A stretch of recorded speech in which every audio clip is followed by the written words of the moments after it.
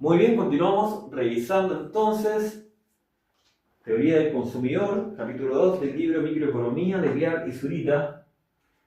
Y como lo hicimos en el video anterior, y así en los dos previos a él, hemos revisado relaciones entre elasticidades, ya sea entre elasticidades e ingreso, como ocurre en el caso de la agregación de Engel.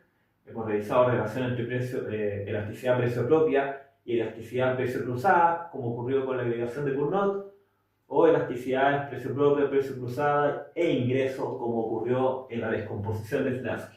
Ahora vamos a relacionar a través de la simetría de Higgs dos elasticidades precio cruzada para una canasta de dos bienes. Para eso entonces vamos a partir de la demanda de un bien, del bien 1, una demanda Higgsiana, que es la que nos mide solamente efecto sustitución, como hemos explicado anteriormente, tanto algebraica como gráficamente y a través de intuiciones. Sabemos entonces que una demanda Higgsiana solo expresa movimiento dentro de una curva de indiferencia, por lo tanto es mero o puro efecto sustitución. Esta demanda sabemos que depende del bien 1, del precio 1 más bien, del precio del bien 2 y de la utilidad. Si derivamos esta demanda con respecto al precio 2, es decir, del otro bien, sería equivalente a derivar la función de gasto mínimo que depende de P1, de P2 y de la utilidad.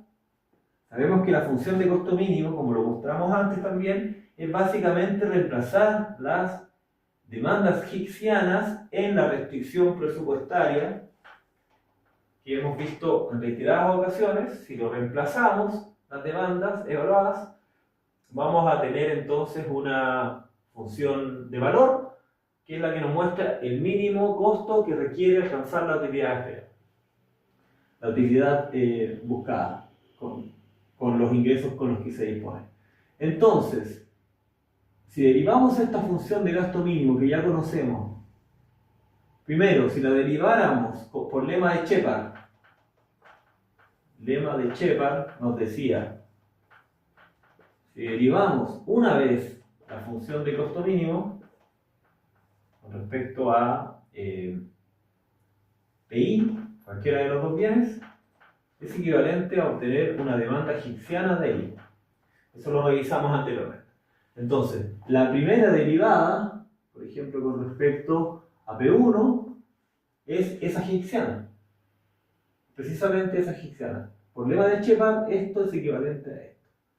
Pero si ahora derivamos esto, es decir, la segunda derivada, pero con respecto a P2, es básicamente equivalente a lo que tenemos acá.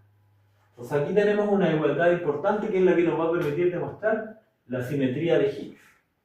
También sabemos que las segundas derivadas, es decir,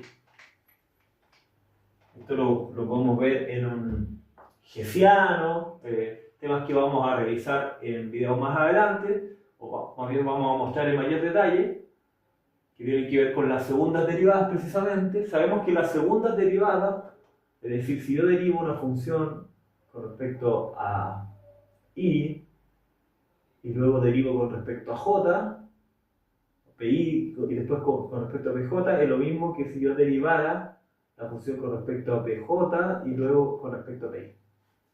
Es decir, las derivadas cruzadas en un hessiano sabemos que lo que es un hessiano es básicamente una matriz compuesta por la derivada 1, 1, la segunda derivada del primer bien, por ejemplo, la primera demanda con respecto al mismo bien, la derivada 2, 2, que es la segunda derivada de la demanda del segundo bien con respecto al mismo bien, cambio en el precio, en el precio del mismo bien, y tenemos las derivadas cruzadas, que tenemos la 1, 2 y tenemos la 2, 1. Esto es un hessiano hablado.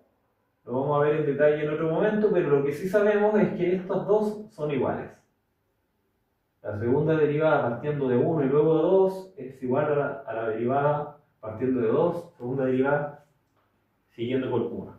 Son iguales y por eso entonces eso sabemos que es igual a gasto mínimo, que viene de P1, de P2 y de U, Y si esto lo derivamos primero con P1 y luego con P2, son exactamente lo mismo, entonces esta igualdad no sirve tanto con este término como con este. Y es precisamente de ahí de donde se obtiene la simetría Higgs. Porque lo que estamos diciendo entonces es esto. La derivada de x1h con respecto a P2 es igual a la derivada de x2h con respecto a P1. Y aquí básicamente ya está la relación que esperamos, es decir,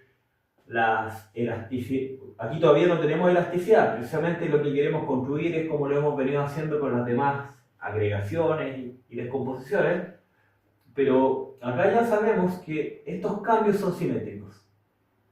¿Y por qué son simétricos? La intuición es un poco lógica o básica, porque si esto mide solamente, estas demandas miden solamente efecto sustitución y nada más que efecto sustitución, con dos bienes, los movimientos en la demanda de un bien se tienen que compensar con movimientos en la demanda del otro bien. Se aumenta este, disminuye este, se aumenta este, disminuye este, siempre y cuando fuesen sustitutos entre ellos. ¿Cuáles bienes son sustitutos? Por ejemplo, el té y el café. En algunas culturas, por ejemplo, no en China claramente, o no en Europa, donde prefieren el té y el café respectivamente, pero digamos que son sustitutos. Va a haber preferencia por uno o por otro, pero en la práctica se pueden sustituir. Pero también podemos tener bienes complementarios, como el mismo café y el azúcar, que en realidad no todo el mundo lo ve con azúcar, pero alguna bebida que se endulce, no sé, el chocolate, por ejemplo, un chocolate caliente y el endulzante serían complementos. Entonces estos dos bienes no necesariamente tienen que ser sustitutos, pueden ser precisamente complementos, y ahí los movimientos son en la misma dirección. Si cae la demanda de este bien, cae también la de este. Por ejemplo, la demanda de un vehículo y el combustible, por ejemplo, serían complementos. Entonces, acá ya tenemos la relación simétrica, ya sabemos que estos dos elementos son simétricos. Lo que podemos hacer ahora entonces es expresarlo en elasticidades, como lo hemos hecho anteriormente. Y vamos a construir tanto el alfa de cada bien, que es la proporción de gasto en el consumo, como lo hemos dicho en reiteradas ocasiones, para cada uno de los bienes. Los alfas siempre se construyen en función de la demanda, por lo tanto acá necesitamos el alfa 1 y acá necesitamos el alfa 2. Y esto vamos a convertirlo en elasticidad, por lo tanto nos falta un P2 acá, en este caso, y nos falta un X1 acá. Y la elasticidad que vamos a construir es la elasticidad cruzada. Entonces, ¿qué debiésemos hacer para lograr esto sin romper obviamente la ecuación, la igualdad? Tendríamos que en principio multiplicar, vamos a introducir los dos precios, P1, P2 y M. Lo necesitamos, si queremos el alfa necesitamos el M abajo, ¿cierto? Así se construyen los alfa, las proporciones de consumo. Entonces, si tenemos eso, ya vamos a tener de este lado P1, vamos a ir distribuyendo P2, lo vamos a dejar, el P2 que lo necesitamos lo vamos a dejar ahí, entonces sería derivada de 1 H por CP2, ya tenemos P1, ya tenemos P2, y vamos a dejar acá el M. Vamos viendo así los elementos que nos van faltando, ¿cierto? Acá tenemos derivada con respecto a P2. Entonces ya el lado izquierdo cumplió con la multiplicación que estamos aplicando. Falta el lado derecho, lo mismo. Entonces queremos el alfa 2. Entonces vamos a tener el P2, que es este, acá. Vamos a tener la derivada, que la bajamos tal cual. Queremos el M, que lo usamos, y nos falta solo el P1 y lo vamos a dejar acá, porque queríamos construir elasticidad. Y lo único que nos está faltando es el X2 acá, y nos está faltando el X1 acá, porque así nosotros podemos construir elasticidades. Entonces, ¿cómo lo podríamos hacer? Bueno, hay dos formas. Si habláramos esto como XY, sería directo. Simplemente multiplicamos y dividimos por XY. Pero como ya lo expresamos en X1 o X2, vamos a tener que multiplicar este lado por 1 y después este lado por 1 también, lo cual no altera la igualdad. Si multiplicamos el lado izquierdo por 1, ese 1 va a ser precisamente lo que nos falta. ¿Qué nos falta acá abajo? La demanda para construir la elasticidad. Entonces el lado izquierdo lo vamos a multiplicar por 1 de esta forma y el lado derecho lo vamos a multiplicar por 1 de esta forma. Tanto esto es 1 como esto es 1. Entonces, si hacemos eso, multiplicamos el lado izquierdo por 1, tenemos el x1 de abajo y el de arriba lo agregamos acá. Puede ser después para que la forma sea la habitual. Y el lado derecho entonces también tenemos el x2 de abajo y el otro lo agregamos acá. T2, x2. Y ahora sí tenemos nuestro alfa y nuestra elasticidad, en este caso, precio cruzada. Demanda con respecto a cambio en el precio del otro bien. Demanda con respecto al precio de cambio en el otro bien. Y tenemos la relación o la simetría de Higgs, expresada entonces en elasticidades, que quedaría entonces de esta forma. Acá tenemos el alfa 1, acá tenemos elasticidad, precio cruzada, demanda del bien 1, primer subíndice, dijimos, el de la demanda, segundo subíndice del precio, o el parámetro que cambia, en este caso cambia peso 2, igual alfa 2, que es lo que tenemos acá, por elasticidad del bien 2, con un cambio del precio. Y esto es entonces la simetría de Higgs, que intuitivamente entonces, ¿qué es lo que nos está expresando?